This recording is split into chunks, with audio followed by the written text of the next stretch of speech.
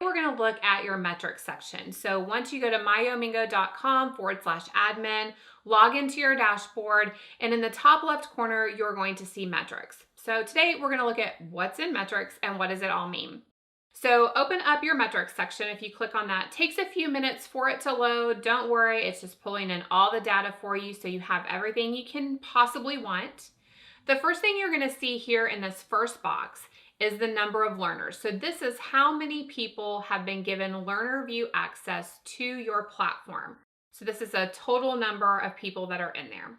The next thing you're going to see is number of registrations. So if you have upgraded to our auto registration feature, then you're going to be able to see how many registrations you have actually built out and are active in your system. If you want more information about what auto registration is, contact one of our sales staff. They'll be happy to tell you more about that. The next thing you're going to see are your high, low, and inactive users. What this is a list of your users, so the learners that are in your account and how they're using it. So your high active people, these are people that are in there all the time. From a marketing perspective, this might be a good group of people to reach out to get testimonials of how much they love your platform or information on why they use it so much and what they enjoy. You can use that information really anywhere. The low usage people, these are people that have kind of taken it a little slower. Maybe for the last couple of weeks, they haven't been in the platform quite as much. And really, it gives you an opportunity to download their information, reach out to them through a third-party source, send them an email and say, hey, we noticed you haven't been in the platform very much. How can we help you? Do you know how to find everything? Really answer their questions. And then at the bottom, you have inactive learners. So these are the people who haven't been active for more than 30 days. This is your group of people that you want to reach back out to and remind them. We've got great education in here, tools that are really helpful for your healthcare journey. Pop back in, use this information, let us know how we can help you. So you can view this list of information. So I'm going to click on view here for my inactive learners.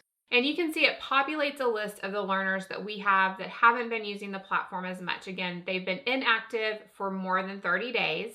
And in the top right corner, if you click on this arrow, it's going to allow you to download a list of those learners. So I'm going to let it populate really quick here. So once the list populates, you're going to see here that it has this information up. So it's going to tell you the learner's name in column A, and then column B is going to have their email address.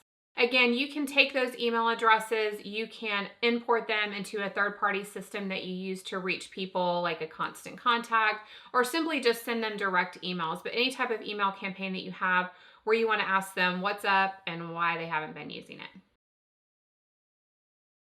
All right, so that's how you get to your list of users. Again, you can click on any of the views for high, low, or inactive and pull a list out like that and use that information however you like to reach back out to those particular learners. In the middle, you have your popular overall section, and this is really just informational, letting you know what people are looking at, when they're looking at it. So we see here that the most popular category is our labor and birth section. They're in the how do I take care of myself module, and they're really spending a lot of time in the sample about us article.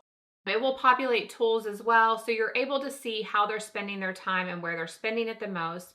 What that helps you with, especially if it's in your About Us section, is how can I add more information there about our community resources, because that's where they spend the majority of their time.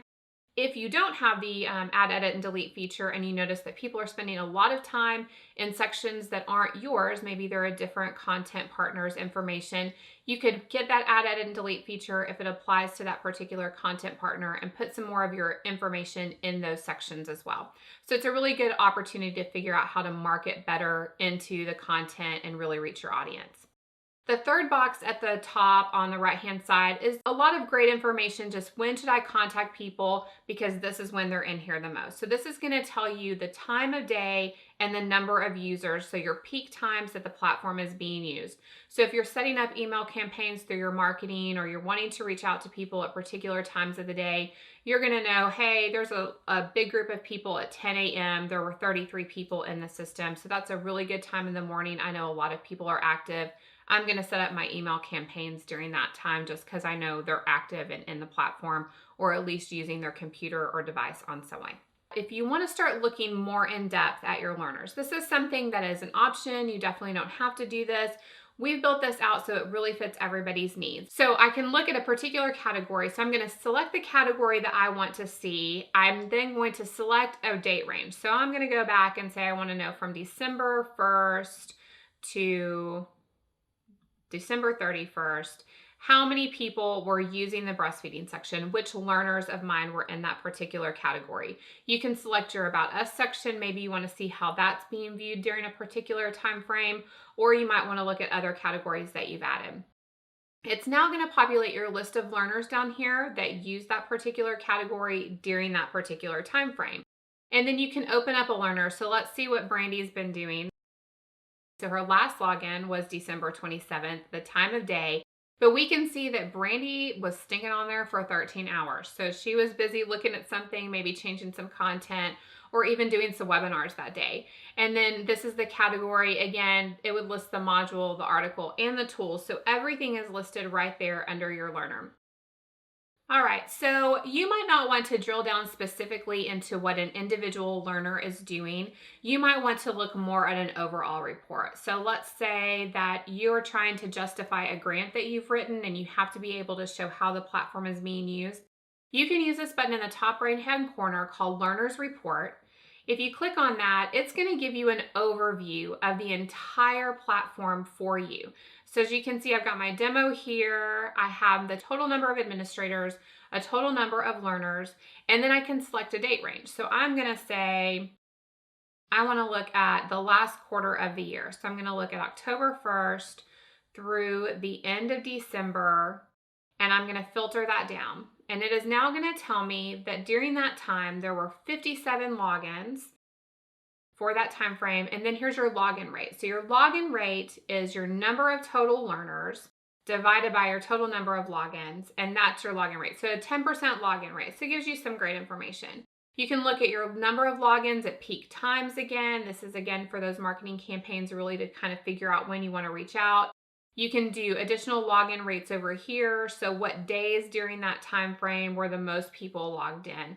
So you can see kind of levels. Are they spending time during the weekday? Are they spending more time on the weekend? And then at the bottom, you're going to get a snapshot. Top 3 articles, top 3 tools, so that you know where that information is coming from. And of course, a great option to print this. So you can print this report, take it with you. Again, great information as an overall snapshot of how your platform's being used. Or of course, you can back out and pull more specific information here. And finally, if you really wanted to search for somebody individually, let's say that you had a test group that you were working with and you had told them, I need you to go through the platform and go through these 5 different articles. You need to spend a total of 3 hours on it in order to complete your course. Maybe you're doing a test run and you need people to spend a certain amount of time to qualify for something or to have completed your training of some kind. You can search specifically by a learner. So I'm going to put in Leslie. So I'm going to search by the name Leslie, and it's going to populate Leslie up here. And I can now look specifically at what Leslie has been doing, when she was in there, how much time she was in there. So if you need, for any reason, to get their information, you can do that as well.